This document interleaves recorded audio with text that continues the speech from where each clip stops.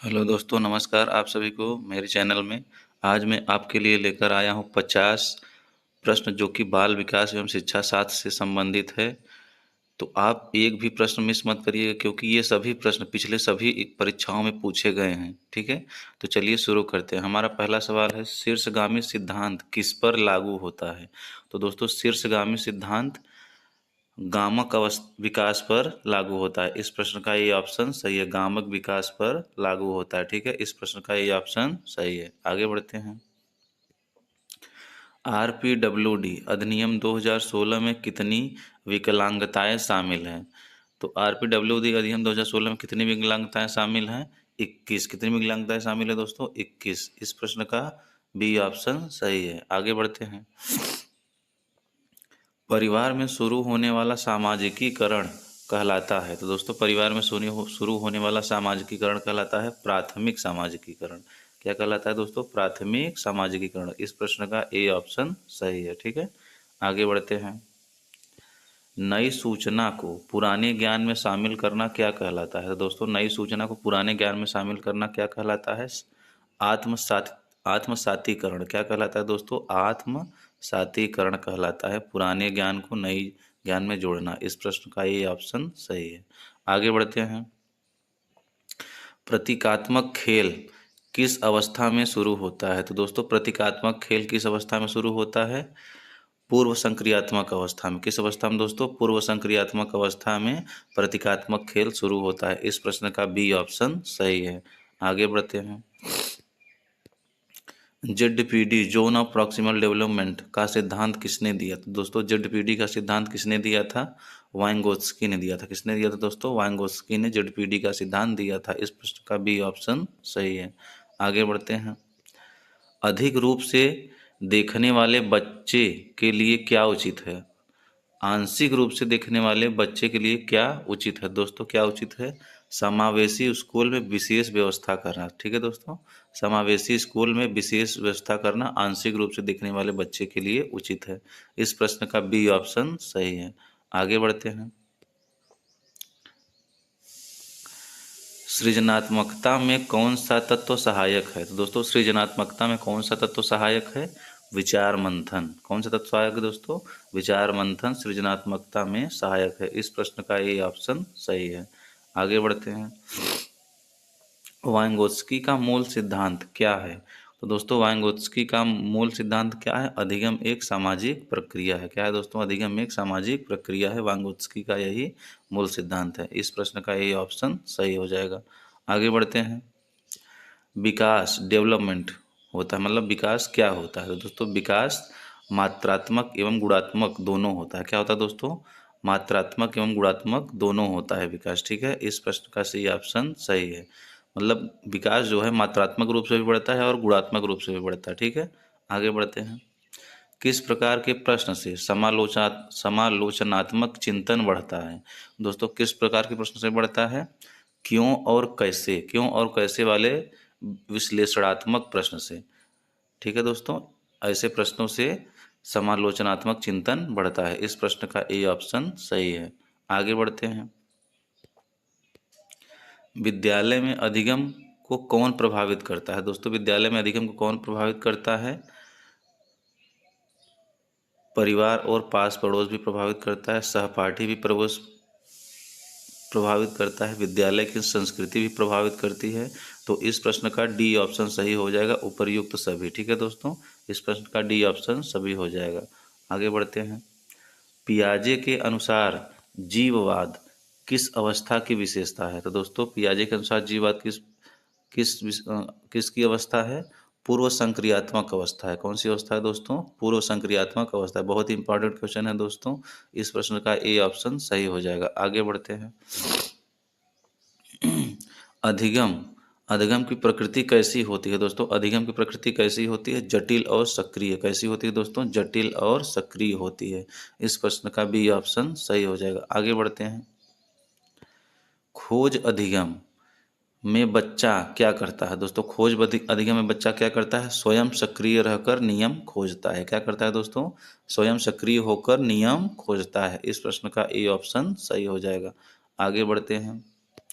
RTE अधिनियम 2009 के अनुसार निःशुल्क शिक्षा की आयु क्या है? तो दोस्तों निःशुल्क शिक्षा की आयु क्या है? 6 से 14 वर्ष भी है। क्या है दोस्तों? 6 से 14 वर्ष भी है और 6 से 18 वर्ष भी दिव्यांग बच्चों के लिए। ठीक है, 6 से 18 दोनों सही।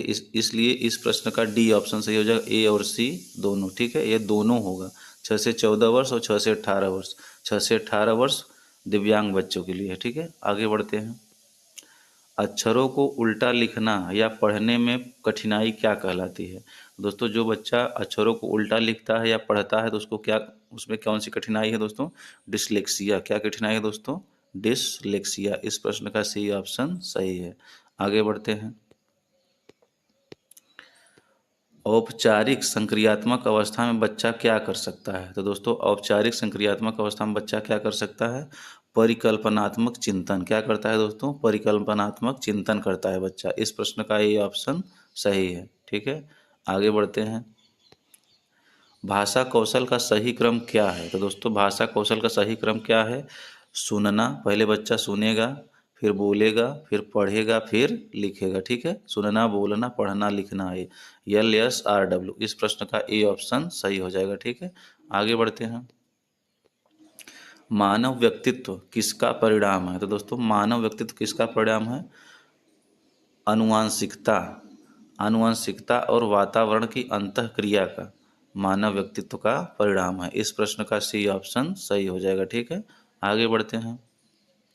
बुद्धि का एक कारक सिद्धांत किसने दिया? तो बुद्धि का एक कारक सिद्धांत किसने दिया था? अल्फ्रेड बीने ने दिया था। किसने दिया था दोस्तों? अल्फ्रेड बीने ने दिया था बुद्धि का एक कारक सिद्धांत। ठीक है, इस प्रश्न का ए ऑप्शन सही हो जाएगा। आगे बढ़ते हैं। गुणात्मक रूप से बच्चों का चिंतन वयस्कों से भिन्न होता है, किसने कहा था? दोस्तों यह किसने कहा था? जिन पियाजे ने कहा था। किसने कहा था दोस्तों? जिन पियाजे ने कहा था। बहुत ही इंपॉर्टेंट क्वेश्चन है दोस्तों, ये बहुत बार आया है। इस प्रश्न का बी ऑप्शन सही हो जाएगा। दोस्तों वीडियो में लास्ट तक बने रहिए क्योंकि बहुत ही इंपॉर्टेंट क्वेश्चन आने वाले हैं। बहुबुद्धि सिद्धांत के अनुसार बुद्धियों की संख्या कितनी है? तो दोस्तों बहुबुद्धि सिद्धांत के अनुसार बुद्धियों की संख्या 8 है। कितनी है दोस्तों? 8 है। इस प्रश्न का बी ऑप्शन सही हो जाएगा। ठीक है, आगे बढ़ते हैं। वातावरण के साथ सामंजस्य बैठाना ही बुद्धि है, यह विचार किसका है? तो दोस्तों बहुत ही इंपॉर्टेंट क्वेश्चन है। यह विचार जिन पियाजे का था। किसका था दोस्तों? जिन पियाजे का था। इस प्रश्न का ए ऑप्शन सही हो जाएगा। आगे बढ़ते हैं। वाइंगोत्स्की के अनुसार भाषा क्या है? तो दोस्तों वाइंगोत्स्की के अनुसार भाषा क्या है? चिंतन, चिंतन को दिशा देती है और महत्वपूर्ण है। ठीक है, भाषा क्या है? चिंतन को दिशा देती है और यह बहुत ही महत्वपूर्ण है। इस प्रश्न का ए ऑप्शन सही हो जाएगा। ठीक है, आगे बढ़ते हैं। मनोविश्लेषण के जनक कौन है? दोस्तों मनोविश्लेषण के जनक कौन है? Sigmund Freud. कौन है दोस्तों? सिगमंड फ्रायड मनोविश्लेषण के जनक है। इस प्रश्न का ए ऑप्शन सही है। ठीक है, आगे बढ़ते हैं। विकास के अंतर्गत आते हैं। तो दोस्तों विकास के अंतर्गत क्या आता है? तो विकास के अंतर्गत दोस्तों गुणात्मक परिवर्तन भी आता है और मात्रात्मक परिवर्तन आता है। इसलिए इस प्रश्न का सी ऑप्शन सही हो जाएगा। ठीक है, इस प्रश्न का सी ऑप्शन सही हो जाएगा, दोनों गुणात्मक एवं मात्रात्मक दोनों। ठीक है, आगे बढ़ते हैं। सूक्ष्म गणितात्मक कौशल का उदाहरण है। दोस्तों सूक्ष्म गणितात्मक कौशल का उदाहरण क्या है?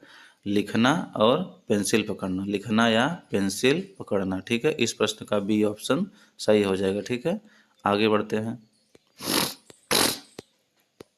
समावेशी शिक्षा का अर्थ है। तो दोस्तों समावेशी शिक्षा का क्या अर्थ है? बिना भेदभाव, बिना भेदभाव सभी बच्चों को एक साथ शिक्षा देना, यही समावेशी शिक्षा का अर्थ है। ठीक है, इस प्रश्न का बी ऑप्शन सही हो जाएगा। आगे बढ़ते हैं। स्थूल गत्यात्मक कौशल का उदाहरण है। तो दोस्तों स्थूल गत्यात्मक कौशल का उदाहरण है कूदना या दौड़ना। क्या है दोस्तों? कूदना या दौड़ना स्थूल गत्यात्मक कौशल का उदाहरण है। इस प्रश्न का ए ऑप्शन सही है। आगे बढ़ते हैं। विकासात्मक परिवर्तन किसका परिणाम है? तो दोस्तों विकासात्मक परिवर्तन किसका परिणाम है? आनुवांशिकता और वातावरण का अनूठा संयोजन ठीक है दोस्तों, आनुवंशिकता और वातावरण का अनूठा संयोजन है विकासात्मक परिवर्तन। ठीक है, आगे बढ़ते हैं। प्रकृति और पौधे से जुड़ाव रखने वाला व्यक्ति किस बुद्धि का धनी होता है? तो दोस्तों, जो प्रकृति और पौधे से जुड़ाव रखता है वह प्रकृतिवादी बुद्धि का धनी होता है। ठीक है दोस्तों, प्रकृतिवादी बुद्धि का जनक होता है। ठीक है, यह बहुत बार आया दोस्तों, इस प्रश्न को याद रखिएगा। इस प्रश्न का ए ऑप्शन सही है। आगे बढ़ते हैं। बहुभाषावाद को एनईपी 2020 क्या मानती है? तो दोस्तों, बहुभाषावाद को एनईपी 2020 एक मूल्यवान संसाधन मानती है। क्या मानती है दोस्तों? एक मूल्यवान संसाधन मानती है। इस प्रश्न का बी ऑप्शन सही हो जाएगा। आगे बढ़ते हैं। लड़के साहसी होते हैं और लड़कियां शांत, यह कथन क्या है? तो यह कथन क्या है दोस्तों? लैंगिक पूर्वाग्रह है। क्या है दोस्तों? लैंगिक पूर्वाग्रह। ठीक है, लड़के और लड़कियां दोनों समान हैं। इस प्रश्न का ए ऑप्शन सही हो जाएगा। ठीक है, आगे बढ़ते हैं। बाल्यावस्था का प्रारंभिक दौर कैसा होता है? दोस्तों, बाल्यावस्था का प्रारंभिक दौर कैसा होता है? विकास हेतु अत्यंत संवेदनशील। इसमें बच्चा बहुत ही संवेदनशील तरीके से विकास करता है। ठीक है, इस प्रश्न का ए ऑप्शन सही हो जाएगा। आगे बढ़ते हैं। विकास की प्रक्रिया कैसी होती है? दोस्तों, विकास की प्रक्रिया कैसी होती है? तो विकास की प्रक्रिया निरंतर होती है, विकास निरंतर चलता रहता है। ठीक है, इस प्रश्न का ए ऑप्शन सही है। ठीक है, आगे बढ़ते हैं। आँखों का रंग या शरीर की बनावट कैसा कारक है? दोस्तों, आँखों की रंग और शरीर की बनावट कैसा कारक है? आनुवंशिक आनुवंशिक कारक है। कैसा दोस्तों? आनुवंशिक कारक है। ठीक है, इस प्रश्न का बी ऑप्शन सही है। आगे बढ़ते हैं। बच्चा तार्किक रूप से वस्तुओं के बारे में कब सोचना शुरू करता है? दोस्तों, बच्चा तार्किक रूप से वस्तुओं के बारे में कब सोचना शुरू करता है? मूर्त संक्रियात्मक अवस्था में। किस अवस्था में दोस्तों? मूर्त संक्रियात्मक अवस्था में बच्चा तार्किक रूप से वस्तुओं के बारे में सोचना शुरू कर देता है। इस प्रश्न का ए ऑप्शन सही है। आगे बढ़ते हैं। अनुकूलन की प्रक्रिया में क्या शामिल है? तो दोस्तों, अनुकूलन की प्रक्रिया में क्या शामिल है? आत्मसातीकरण और समायोजन। ठीक है, यह अनुकूलन की प्रक्रिया में शामिल है। इस प्रश्न का ए ऑप्शन सही हो जाएगा। आगे बढ़ते हैं। सामाजिक सांस्कृतिक सिद्धांत के प्रणेता कौन है? तो दोस्तों, सामाजिक सांस्कृतिक सिद्धांत के प्रणेता कौन है? लेव वांगोत्स्की। कौन कौन है दोस्तों? लेव वांगोत्स्की सामाजिक सांस्कृतिक सिद्धांत के प्रणेता है। इस प्रश्न का ए ऑप्शन सही हो जाएगा। ठीक है, आगे बढ़ते हैं। वांगोत्स्की के अनुसार पाड़ क्या है? तो दोस्तों, वांगोत्स्की के अनुसार पाड़ क्या है? बच्चों को आवश्यकता पड़ने पर दी गई अस्थायी सहायता, यही पाड़ है। ठीक है, इस प्रश्न का ए ऑप्शन सही हो जाएगा। ठीक है, आगे बढ़ते हैं। एडीएचडी से ग्रस्त बच्चे की सहायता कैसे करें? तो दोस्तों, एडीएचडी से ग्रस्त बच्चे की सहायता कैसे करेंगे? कार्यों को छोटे और प्रबंधीय टुकड़ों में बांटकर उनकी सहायता करेंगे। ठीक है, कार्य को छोटा कर देंगे तो उनकी सहायता हो जाएगी। इस प्रश्न का ए ऑप्शन सही है। आगे बढ़ते हैं। शिक्षक को छात्र को कैसे प्रेरित करना चाहिए? तो दोस्तों, शिक्षक को छात्र को कैसे प्रेरित करना चाहिए? अर्थपूर्ण अधिगम और महारत हासिल करने हेतु। ठीक है दोस्तों, इस प्रश्न का ए ऑप्शन सही हो जाएगा। ठीक है, आगे बढ़ते हैं। एनईपी 2020 किस शिक्षण विधि को बढ़ावा देती है? तो दोस्तों, एनईपी 2020 अन्वेषण और चर्चा आधारित शिक्षण को बढ़ावा देती है। ठीक है दोस्तों, अन्वेषण और चर्चा आधारित शिक्षा को बढ़ावा देती है एनईपी 2020। आगे देखते हैं। अर्थपूर्ण अधिगम में सहायक है। तो दोस्तों, अर्थपूर्ण अधिगम में क्या सहायक है? शिक्षार्थी केंद्रित शिक्षा। क्या सहायक है दोस्तों? शिक्षार्थी केंद्रित शिक्षा अर्थपूर्ण अधिगम में सहायक है। इस प्रश्न का ए ऑप्शन सही हो जाएगा। आगे बढ़ते हैं। अधिगम हेतु सबसे उपयुक्त वातावरण कौन सा है? दोस्तों, अधिगम हेतु सबसे उपयुक्त वातावरण कौन सा है? जहां छात्र एक दूसरे का सहयोग करे और सुरक्षित महसूस करे। ठीक, यह अधिगम हेतु सबसे उपयुक्त वातावरण है। इस प्रश्न का ये ऑप्शन सही हो जाएगा। ठीक है, आगे बढ़ते हैं। शिक्षा मनोविज्ञान के जनक कौन माने जाते हैं? तो दोस्तों, शिक्षा मनोविज्ञान के जनक थार्नडाइक माने जाते हैं। कौन माने जाते हैं दोस्तों? थार्नडाइक। इस प्रश्न का ये ऑप्शन सही है। आगे बढ़ते हैं। नई शिक्षा नीति के अनुसार कक्षा 5 तक की शिक्षा किसमें होनी चाहिए? दोस्तों, तो नई शिक्षा नीति के अनुसार कक्षा 5 की शिक्षा कैसी होनी चाहिए? मातृभाषा या स्थानीय भाषा में, ठीक है? मातृभाषा या स्थानीय भाषा में उनकी शिक्षा होनी चाहिए। इस प्रश्न का ये ऑप्शन सही है। आगे बढ़ते हैं। जेंडर रूढ़िवादिता को चुनौती देने के लिए क्या करना चाहिए? तो दोस्तों, जेंडर रूढ़िवादिता को चुनौती देने के लिए गैर पारंपरिक भूमिकाओं के उदाहरण देना, जैसे पुरुष रसोइया, महिला पायलट, ठीक है? जो महिलाएं करती हैं उनका उदाहरण देना चाहिए और जो पुरुष करते हैं उनका भी उदाहरण देना चाहिए। इस प्रश्न का ए ऑप्शन सही है, ठीक है? आगे बढ़ते हैं। बहुसांस्कृतिक कक्षा में एक शिक्षक की क्या भूमिका है? दोस्तों, बहुसांस्कृतिक कक्षा में एक शिक्षक की क्या भूमिका है? दोस्तों, एक शिक्षक की भूमिका है सभी बच्चों की सांस्कृतिक और पृष्ठभूमि का सम्मान करना, ठीक है? इस प्रश्न का ए ऑप्शन सही हो जाएगा, ठीक है दोस्तों? तो इसी के साथ हमारा सभी प्रश्न समाप्त होते हैं, जो कि परीक्षा की दृष्टि से बहुत ही महत्वपूर्ण है दोस्तों। तो अगर आप चैनल पर नए हैं तो वीडियो को लाइक और चैनल को सब्सक्राइब जरूर करिएगा। आप सभी का बहुत बहुत धन्यवाद। आपका दिन शुभ हो।